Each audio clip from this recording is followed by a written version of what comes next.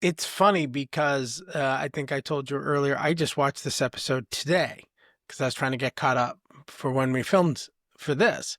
And so I actually found myself thinking that exact thing, which is, holy shit, you feel bad for him.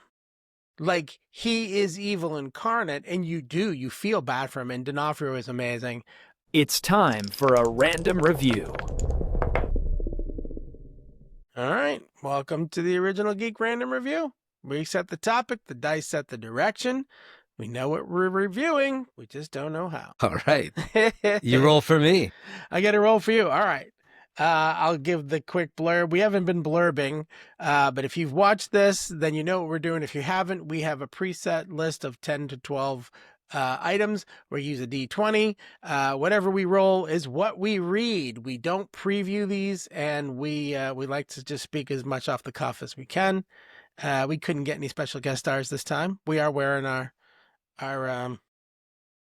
Original Geek. Galaxy Quest shirts. Yeah. All right, you ready? This is my Galaxy Quest die. 17. Successful wisdom. Vincent D'Onofrio's vulnerability. Fisk's breakdown at Vanessa's bedside. This is perfect. This is from the most recent episode. Chillingly human. In episode 5, D'Onofrio shows a shattered Fisk whose money and influence can't save his wife. Spoilers. And a high wisdom check for the audience to see the man behind the monster. What do you think of that? Yeah. Vincent D'Onofrio is an amazing Kingpin. I'll say that. His, in the different iterations he's played in the original Netflix series, and then he was in Echo, slightly different, portrayal there. He was in Hawkeye. He was also a little there's been some tweaks and differences, but what I love about the Born Again version of Fisk is that I didn't think I could ever see him feel sorry for him, but I actually because he's so evil, he's so bad, and I think and we don't like to delve into politics on this podcast, but I can't help but think of parallels between having this felon in charge and getting away with all this stuff and just making hand over fist at money and getting away with it. No redeeming qualities. I'm so mad for both the real version of this and this screen version that I'm seeing. And then he plays the love he has for Vanessa is so real, and it's so human and so shattered that his performance is a Golden Globe worthy performance here, or Emmy winning performance here.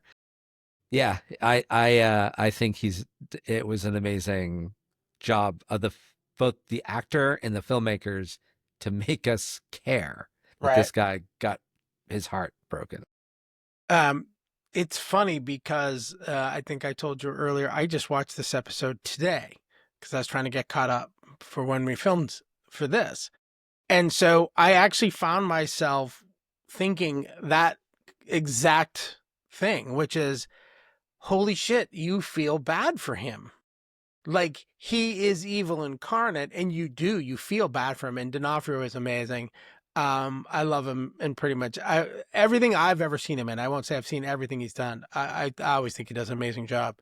Do you know what's funny? And I didn't know this. I think originally when he played Kingpin back in the 2015 era, he really put on all the weight. He's such a method guy. He put on all the weight, but he's older now. And he said his body can't handle it. So they actually put him in a fat suit. Yeah. I didn't know that until just recently. So that's pretty cool. Yeah. And then he had to get jacked in his arms for the fight for this season for the boxing match, because they said that they would have given him long sleeves, but he wanted to do it in short sleeves.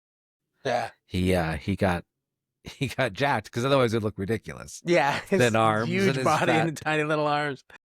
I will say it's funny you talk about the dichotomy of the two parts of him. Like in the end of the previous episode, you see him beat the living crap out of the other, like brutalize the other fighter, like beyond what a fight should have been. Like the implication is maybe he even killed the guy. They don't ever show that, but and then to be so vulnerable in the next episode was just phenomenal.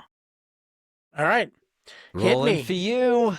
Hit me. An 11. It was funny. Successful perception check. The Netflix flashback, season 2, episode 5's use of the 1.78 to 1 aspect ratio, a visual love letter. In episode 5, the show shifts to the old Netflix era aspect ratio and darker lighting during flashbacks to Matt and Foggy's early days. It's a brilliant cue that effectively triggers the perception of the shift in Matt's mental state. And I am going to let you answer this in a moment, but I want to say for myself, I watched this on a tablet and I did not notice this, and I bet I would have if it had been on the big screen. No, you wouldn't have. Because I watched it. I'll tell you now, because I did watch it on the big screen and I did not notice this. This is funny. We typically don't look at these. We updated it today because the previous version of our list was before episode 5, and it was the thing that jumped out at me while I was putting the new list in my notes. I know aspect ratios. I've been a video guy for a while. I've done it somewhat professionally at work. 16:9, 9:16. Like I get the typical ratios. I don't know what 1.78 to 1 is supposed to look like. I don't know if it's supposed to be more square, but I did not notice it on the screen. Now, maybe that's just, I will say I felt more like I was watching the Netflix show, but also, it's a flashback that includes the character of Foggy, who dies at the beginning of season 1 of Born Again. So obviously, it's a flashback. And James Wesley. Yes. His right-hand man that got killed, and it had it's the flashbacks of Vanessa and Fisk meeting. So they had flashbacks throughout, but I will say the one thing about the flashbacks I did not like, and I said this before too, because we did talk a little bit about the aspect ratio, is in the flashback in the office between Foggy and Matt Murdock, they try to make them look like they did, which is now 10 or 11 years ago, because it started in 2015. And the wigs that they put on them were horrendous. They looked like bad wigs. And I'm like, this is a Hollywood level production. You guys couldn't have come up with better hair for both of them. They were so... Maybe in the tablet it didn't show, but I'm looking up and it's like... So Foggy's hair, I did stand out to me, but I didn't think of it as a bad wig. I thought just the actor's older and they styled it, but it could have been a bad wig, yeah. It was so bad I thought it was a wig. So I don't know if it was bad styling or a bad wig. So you're right. It could just be his hair and that's how he looks now. But it looked like they were trying too hard in the look. It was the only part of the flashbacks I didn't like. It was very cool to see another, and I don't know the actor's name who plays Foggy. I should have looked it up, but he is, he's great, and it was good to see him back. I liked him in the original series. I was really annoyed when they killed him at the beginning of season 1 for Born Again. But yeah, the goofy wigs aside, it was a very cool way to tie back old storylines with new ones, and they did it in a couple of different ways. The Darcy character with Gandolfini's son playing Benjamin, is that his name? The guy who's the Fisk's deputy mayor. They have the parallel flashbacks between Matt and Foggy and the other guy and Darcy character, and then they sort of they overlap at the very end. So throughout the episode, you're seeing flashbacks on multiple sides. Actually, you see the Vanessa Fisk flashbacks too. And all of these flashbacks end up overlapping to some degree by the end of the episode. So I do think they handled the flashbacks really well. Flashbacks are such a tricky, people expect flashbacks, and so they could be cheesy and they can be done weirdly. But I think they served the storyline really well in this case. Michael Gandolfini is Daniel Blake. Daniel, not Benjamin. Daniel. Benjamin is Bullseye. Oh, that's right. So, it was great. I have friends who are huge. Jimmy Dunn's a huge fan of The Sopranos.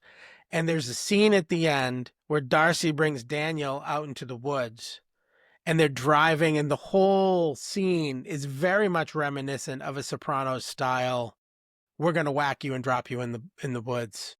I won't spoil what the outcome is if you haven't seen episode 5, but there's a whole stretch where, to me at least, because I loved The Sopranos, that it was I have to feel like they intentionally filmed this in a way that would have fit into The Sopranos, and especially with Gandolfini being, obviously the son of Tony Soprano there. So it was very cool. It was a great episode. So anyway, so listen, if you like our random reviews, like them, follow them, share them with your friends. If you don't like them, tell us why. If you do like them, tell us what you want to hear more of. When you're saying Darcy, do you mean Buck Cashman? You said driving them out. Jesus, thank God you saved me from mechanic correction. Yes, I mean Buck. I don't know where I got Darcy. Okay. Do you know what it is? I don't know what it is about him that reminds me of a character named Darcy. I don't know what it is. Jesus. All right. So everything I said about Darcy, it's Buck. Just go back in your head, rewind, and replace all the shit I said of Darcy with Buck, because that's who I meant. He's the hitter. He's the MI5-esque shadow assassin dude. And you really think he's I got the names of both of those characters wrong, and I just watched the episode today. Listen, if you love my silliness, please watch, and listen if you don't. Tell Jeff he should smack me more. But listen, originalgeekpodcast.com. Check it out. We do this as a standalone section, so if you're going to continue listening to us for the rest of the episode, we are going to jump into our geek flashback. And if you're not going to listen to us on the full episode, shame on you. Come over and join us on the full episode. How dare you?